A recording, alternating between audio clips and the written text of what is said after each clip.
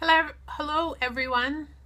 Today is Tuesday and I am Carolyn Lang and I have been coming to you live for a few days now. I'm actually in a video challenge where some of my teammates and I are doing where we do lives 30 days in a row. I am pleased to announce I have not completed, I am on course to do my 30 days in a row, but of the 30 days, we can talk about basically anything we want. What I wanted to do was talk about some of the things that I really believe in and I'm passionate about. So last week I talked about wellness, in particular the nutrition needed for exercise. I'll talk about other things along that wellness track. I also like to help with giving hints and tips for motivation. People get bogged down in their life, and so motivation. Another topic I like are business tips, and yesterday I talked about some business tips. So having your own home-based business can be challenging, and I figure this way we will be able to help each other out, and I'll teach you some of the things that I've learned from others and from reading and so forth, and maybe connect you with some ways that would help you out as well if you have a home-based business. So thanks for joining me, Patricia. If you get some value out of that, make sure to do some of the likes and share it with anybody that you might know. But today we're going to talk about 4 tools to get unstuck.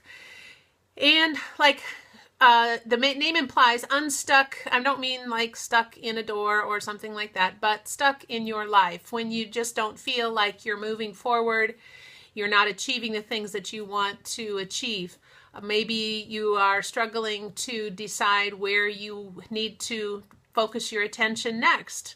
I know when you have children moving out of the house, you become an empty nester.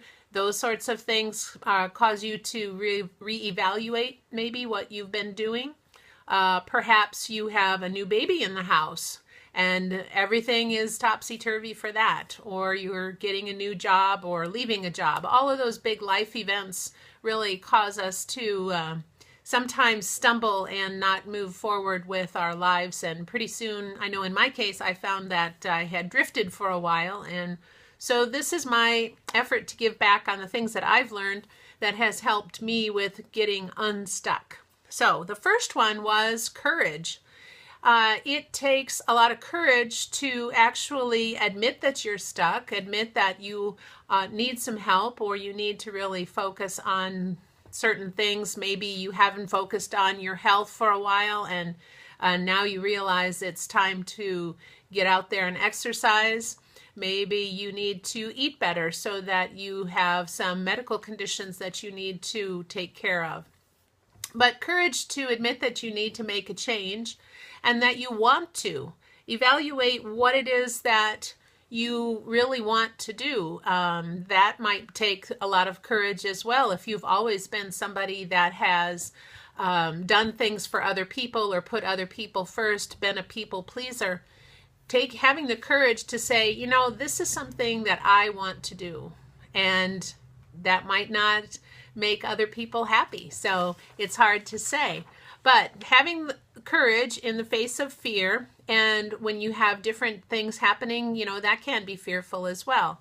Maybe you are being criticized because you've got a tough decision to make, but you need to have a tough skin and realize that you're the one living your life. If you are, in the case of a business, if you are trying to start a home-based business and people are making fun of you or criticizing you or scoffing at your activities, just decide if that's something that's really important to you. That's fine. Let them have their say, and you go ahead and do what you need to do anyway. You might get hate mail for some of the things that you would post on Facebook.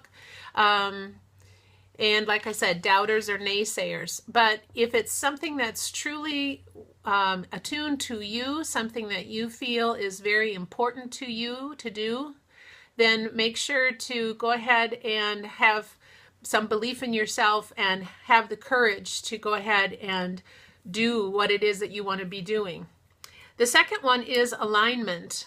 When you have alignment, or if you have know what your purpose is.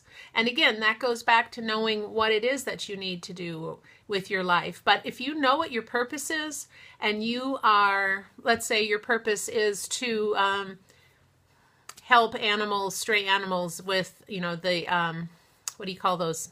I'm not a good example, sorry.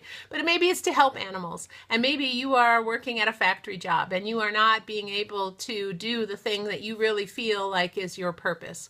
If you are trying to help other people, but you're doing something totally different that doesn't bring what you're doing in alignment with your purpose, then you really feel torn. So making sure that what it is that you're doing fits in with what your passion is, and that word passion is kind of thrown around a lot. But if you really feel strongly about what you like to do, what you are gifted in doing, how you feel that you can help people the most, and what you feel called to do, maybe that's a better term than passion, what you feel called to do, then when those are all in alignment with what it is that you are doing, then you are able to get unstuck. And sometimes you aren't able to quit your job and dive full time into whatever it is, if you want to be a missionary or something. But maybe there's some things that you can do a step at a time, small steps, to start moving in that direction so that you can feel more fulfilled with what it is that you're doing. Life is too short to not know what you're going to do, what you'd want to do, and actually live your life accordingly. So the first one is courage. The second one is alignment with your passion. The third one is motivation. Sometimes it's very easy. Hi, Judy. Nice to see you. Sometimes the motivation just gets stopped. You have no motivation at all. And so I believe that is related to number 1 and 2, having the courage to go ahead and identify what it is that you're going to do and go ahead and do that. And number 2, having that be in alignment with what it is that you are doing. So the motivation then comes from knowing your why. Does the why make you cry? That sort of thing. But it has to be something bigger than yourself. If you are doing something just, I don't know, you want to be the manager of the team. Well, why do you want to be the manager of the team? So that you get a better job, you get a raise. Well, why do you need the raise? Well, maybe it's because you need to have some more money to be able to put braces on your child's teeth. And so the job itself isn't the why. It's having the money to put your child in braces. That is how you can drill down more to see what your why was. For me, getting closer to retirement age and wanting to be debt-free and offering that to other people, that is more of my why than what I identified when I started. So when you know that and the other 2 things are in alignment and that gives you the courage to move, then the motivation to keep going is much easier. The fourth one is making sure that you have some sort of coach, a team to help you out, a team to keep you on track, somebody that's not going to let you get by with not deciding to do your work today because, well, it was sunny outside, or whatever excuse that we tell ourselves, right? So when you have your goal that you want to do, your dreams are, I think I posted that dreams become goals when you put action behind it today. So those 4 things of somebody to help keep you accountable, questioning you, are you really doing what you want to do? Are you really giving it your all? Have you done your best for the day? The support team or your teammates to kind of give each other a shove, that's always good to have, and that helps you to be unstuck. So again, the 4 things would be having courage to go ahead and move forward, making sure that when you move forward that you are moving in alignment with what your goals and dreams and passion and calling is. having the motivation to keep going even if things get kind of tough or you get to feeling it like you're not sure about yourself.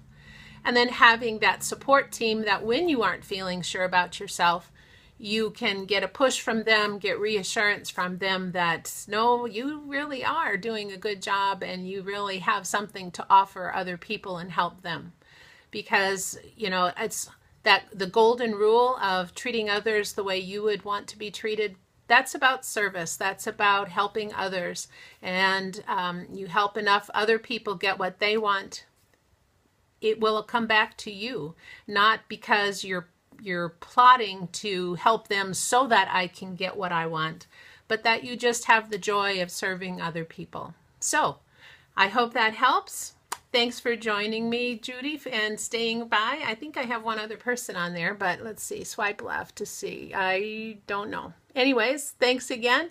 Have a great afternoon. And like I said, feel free to share this if you think somebody else might have benefited from hearing it. And I think you can click on notifications up in the top and see when I'm going live. So thanks again. Have a great day. Enjoy your afternoon. Bye.